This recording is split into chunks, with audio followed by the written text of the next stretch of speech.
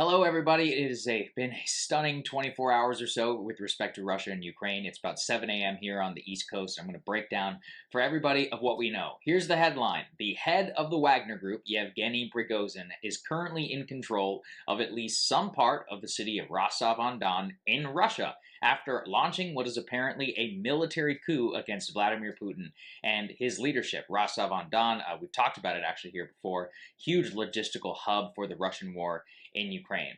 Let's back up. How did we get here to this genuinely stunning and crazy development? So Prigozhin, some of you probably will know him. He was the Russian mercenary warrior head of the Wagner Group. He actually took credit for the Russian victory in Bakhmut. He's been probably one of the most serious fighters that's currently in the conflict, and he has always been a major and fierce critic of the chief of the Russian armed forces and of the Russian defense minister. His criticism has mainly been that the Wagner Group has not received enough ammunition from the Russians, not enough support, that the Russian military is just throwing troops into the meat grinder without any concern for their welfare. He has emerged as a major defender for Russian troop welfare inside of Ukraine. Well, after he's got the city of Bakhmut, he has this victory, he's actually gained stature in the Russian public. About 24 hours ago, he put out a video which stunned absolutely all of us, where he blasted the war in Ukraine, said that it was launched under false pretenses. He said that Russian oligarchs had gotten greedy after plundering the Donbas region, which was already in an active conflict zone, and that they just wanted to pillage even more of Ukraine. He even said that the war itself, the basis, was complete BS. Russia was not in danger at the time of the invasion. So obviously that was basically a red line, and chaos ensued. So he demanded the resignation of the defense minister and then the chief of the Russian armed forces. Now, in the middle of the night, Moscow time, is when this is all going down.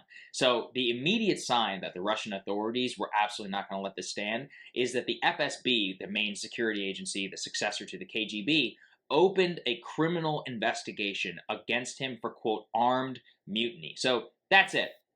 That's like across the Rubicon moment, because you're a wanted man. You're not going to emerge from this unscathed.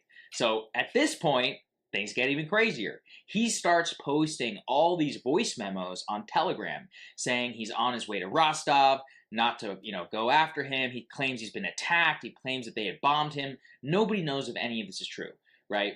But then, right in the middle of daylight, we wake up and we can actually see Wagner and Prigozhin not only are in control, at least of some parts of the city, but are even storming, or not storming, but like going into the Russian military headquarters there. They're posting videos that have been verified, talking with the people around there, quote unquote, negotiating. And that means, like, at the very least, this is stunningly successful in its own right, just because he's now gained control of a key part of a major logistical hub. Okay, so then what happens? Because now we're at, a pretty crazy event. Russian President Vladimir Putin addresses the Russian nation. He gives a full 6-minute address. He denounces Prigozhin. He denounces the mutiny. He calls on everybody to lay down their arms. He compares the rebellion currently to the 1917 Bolshevik Revolution and says that the Wagner Group's efforts are just like that separate peace agreement that Lenin pursued, which humiliated Russia in World War I. The most important line from the full-scale, basically, declaration of war against the Wagner Group is this, quote, "Any internal mutiny is a deadly threat to our state, to us as a nation. It is a strike against our nation, our people. Our actions to defend the fatherland from such a threat will be brutal." Okay, so like I said, it's around 7 a.m. So here's what we know. This is all that's really been confirmed so far. There are videos coming out of Russia every which way. They show a Wagner column of troops and of equipment trying to make its way towards Moscow amongst one of the major roads. A decent portion of the way it has made there so far. Not the majority, like some parts of it. We don't actually know the progress. We know that there are videos coming out right now of helicopters being getting shot down or shot at, bombs being dropped on the convoy. It's total chaos inside of Russia, to be clear. We don't know where this is all going to end up. We don't know if they're going to make it to Russia. People in Moscow are kind of freaking out. There's some security services. The Kremlin says Putin is in the Kremlin and he's working in his office, whatever that means. So, look, some analysis, just top line. Here's what I think. Massive humiliation for Putin. He praised Wagner, as recently as 3 weeks ago, was giving out medals to these guys. And now they're mounting a full-scale coup against him.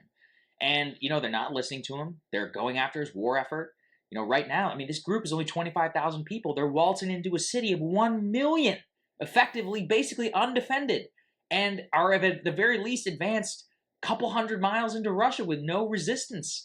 I mean, with no resistance in that advance, you can say, like, at the very least, the minuscule lack of defense, the Russian troops in that area, they either didn't care or they were sympathetic, and both are a total disaster for command and control of Putin. Now, what does this mean for Ukraine?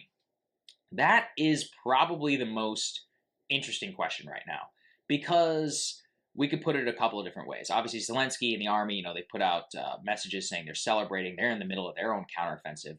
We saw, though, some strikes against Kiev last night, so it's not like the air war has stopped and, some Russian resistance is still there on the front line. But, when your literal logistics hub for the war is occupied by someone mounting a coup against you, that's bad. So there is no question this is going to affect the Russian war effort. We just have no idea how much yet. Right now, the Ukrainians themselves seem to be in a wait-and-see mode and, see what happens. As for Putin, I mean, I don't know how he emerges unscathed from this. And I don't mean that he's going to be deposed, but this is a humiliation of the highest level on a national scale. I mean, this is an armed mutiny against him, which is challenging his legitimacy as the strong man of Russia. Like, when you need to bomb your own cities and your infrastructure to maintain control, you are not strong. And even if he does make it out of this, he's going to make it a lot weaker. And, that's not necessarily good news either, just so you know, because even if he does survive, there will be a lot of bloodshed, and the military has shown, obviously, no qualms with killing innocent civilians. A lot of people could die in some sort of armed standoff between the two. And at the current moment, it really does seem like either Prigozhin or Putin has got to die as a result of this. I don't see how it can get resolved. This could all turn very ugly. Then the question of, what the hell is Putin going to do? Let's say the thing is really successful and they make it to Moscow. What if people start turning on Putin? What is he going to do? He has total command and control of the Russian nuclear arsenal. Don't forget, the Russian nuclear doctrine basically says he's the one who gets to decide whenever they launch and what they do. So there's huge uncertainty. What will Putin do if he's back against the wall? Will he escalate the war in Ukraine? That wouldn't be completely outside the realm of possibility, although logistically, obviously, it's going to be a challenge. We don't know what he's going to do. How is he going to be able to keep power at this point? Who will the oligarchs side with? Should note that most of the power centers inside of Russia have come out and have backed Putin. Kadyrov in Chechnya has come out and issued statements of support. Others have all, oligarchs and leaders have all come out and denounced the coup. But, you can denounce the coup, but are you really going to work that hard against it? That's the real question. Are we about to see an open, massive civil war inside of Russia? One of the most stunning images I saw was actually people, Wagner guys, inside of Rostov, laying on the ground, in the middle of the city, pointing guns at the Russian military. They had duct tape, around their arms to distinguish themselves. And it's just like a scene out of the 1917 to 1919 rebellion and civil war inside of Russia of, the whites and the reds against each other. Tens of thousands of people died in that conflict. So it's just stunning to be able to see this all in real time. So look, that's pretty much what we know right now.